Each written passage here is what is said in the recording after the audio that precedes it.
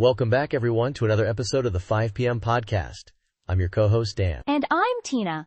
Dan, I've been seeing headlines everywhere about these U.S.-Canada tariffs. It feels tense. Oh, it is. It times tense. We're talking about retaliatory tariffs, which, it's kind of like a trade war's opening move. Okay, wait, let's back up a sec. For anyone who's not glued to trade news, can we get a quick Tariffs 101? Right. So, a tariff is basically a tax on goods coming in from another country. Makes those imports more expensive, which asterisk, in theory, encourages people to buy domestically produced stuff. Okay, protectionism in a nutshell. But retaliatory tariffs? That sounds like things are escalating. It is escalating. It's one country saying, you put tariffs on asterisk my time goods? Fine, I'll put tariffs on asterisk yours. It's a back and forth, and it can get messy. Messy is an understatement. So, what triggered this particular round between the U.S. and Canada? The U.S. slapped tariffs on a bunch of Canadian and Mexican imports. We're talking 25% on a lot of things. They're saying it's about immigration and the trade deficit. And Canada's response? Canada's hitting back with a $155 times billion with a B retaliatory tariff package. That's a lot of money. Wow. So what kinds of products are we talking about? Are we going to see the price of maple syrup skyrocket, or? Well, maple syrup might be safe for now. But we're looking at things like cosmetics, appliances, even some food items. It's pretty broad. And it's not just the federal government, right? I saw something about individual provinces getting involved. Yeah, that's a really interesting wrinkle. Provinces like Ontario are putting their times restrictions in place. Things like banning U.S. liquor from certain states. It's like internal economic pressure. So it's multi-layered.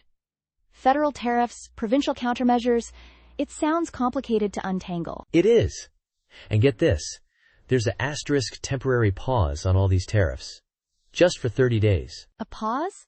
What's the thinking there? It gives both sides a chance to, negotiate. There's a Canada-U.S. economic summit coming up, so this pause is probably to let those talks happen without, economic bombs going off in the background. Okay, that makes sense.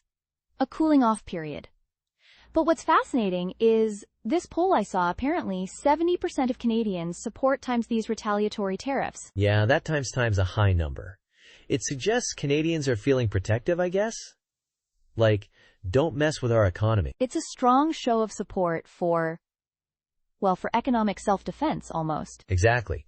But, and this is important, we don't have the actual poll details in front of us, so we don't know exactly how that 70% figure was reached. Right. Methodology matters. We don't know the sample size, the wording of the questions, all that good stuff. Exactly.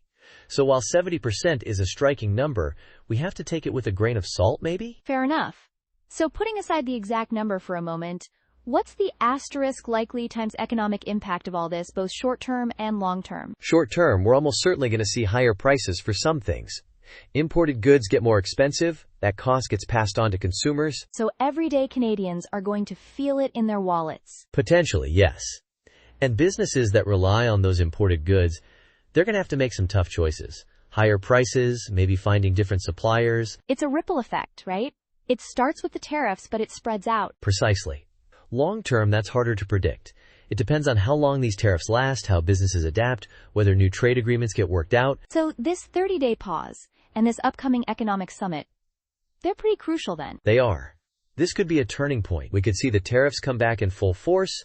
We could see some kind of compromise, or, and this is a long shot, maybe even a whole new trade deal. So lots of uncertainty, but lots riding on these negotiations. A great way to put it. It's a very fluid situation.